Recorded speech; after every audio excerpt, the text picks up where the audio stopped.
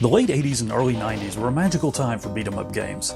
It seemed like every weekend when you would make your way down to the arcade, there would be a new game for you to plunk your quarters into. In fact, so many were released that 30 plus years later I'm still finding new ones that I missed. 64th Street, A Detective Story is one such title. Set in 1939, the story follows two detectives, Rick and Alan, as they are hired by a rich man to find his kidnapped daughter. The duo immediately puts on their detective hats and looks for clues in the case, which they manage to find in the jobs section of the newspaper. Apparently, the local criminal gang has been putting out ads for henchmen, which causes these two super sleuths to finally realize that every corner of the city has been overrun by that vicious gang. So they do what comes natural. They roll up their sleeves and begin cracking skulls. If you've ever played Final Fight or literally one of the hundreds of similar titles, the gameplay here will make you feel right at home. Both characters have their own distinct fighting style, with the impeccably dressed Rick being the brute force fighter, and the more casually dressed Alan being the quick and nimble brawler. Both have their advantages and disadvantages, and it really comes down to a personal preference on which one to pick. There are numerous staples of the beat-em-up genre to be found here, including the world-famous lead pipe that seems to be in every single one of these games.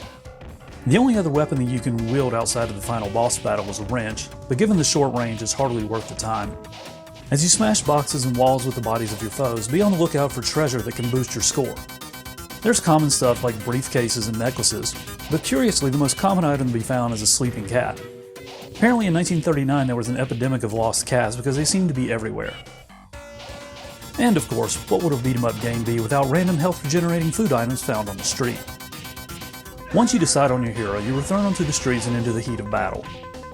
By smashing the attack button repeatedly, you will deliver a series of combo strikes with a variety of punches and kicks that will devastate your enemy. However, if you manage to get a hold of the enemy, you can not only fling them across the screen, but you can smash them into the scenery at the top of the screen. This is one of the few unique features of this game where pretty much everything is destructible.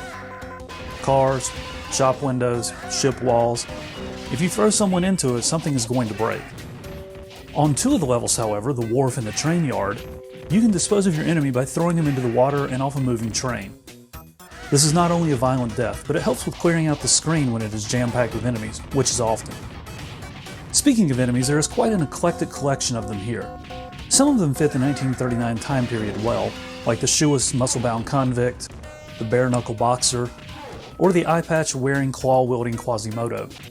Others, however, look like they fell through a time portal from the 80s and landed in 1939.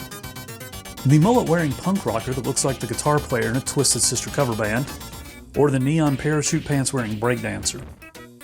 I understand that they needed some variety to the enemies, but it would have been nice if they had remained somewhat close to the time period. Like every game in this genre, when you reach the end of the level, you'll face off against a boss that is always bigger and badder than the minions you fought up to that point. The design and variety to the bosses in 64th Street really shines above most titles. You'll face off against giant hammer-wielding punks, a metal peg-legged pirate that spins like a top, the shiny leotard-wearing pro wrestling twins, and my personal favorite, a creepy steampunk prototype to Inspector Gadget, complete with Go-Go Gadget arm. Unfortunately, while the bosses are a lot of fun when it comes to the design, fighting them is an exercise in frustration thanks to them having some of the cheapest attacks ever. Now, it's totally expected that the bosses are going to hit a little harder than the average enemy. What's not expected, however, is how easily they can get you into an unbreakable death loop. If they manage to knock you down, you might as well get another quarter ready because they will time their power attack just right so they hit you as soon as you stand up, giving you no time to react.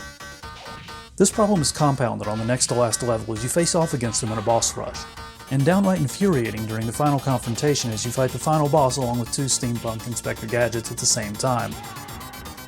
If you were playing this in an arcade instead of on MAME, you can expect a lot of people to walk away real quick because of this issue. That problem aside, this is a really solid beat-em-up title. While it doesn't offer much in the way of innovation, it does give you plenty of stuff to smack down, some interesting enemies to face off against, and of course the ability to live out your dreams of becoming a crazy cat person by rescuing an entire city's worth of them on your journey. If you have an hour to kill and want some vintage fisticuffs, you can do a lot worse than 64th Street.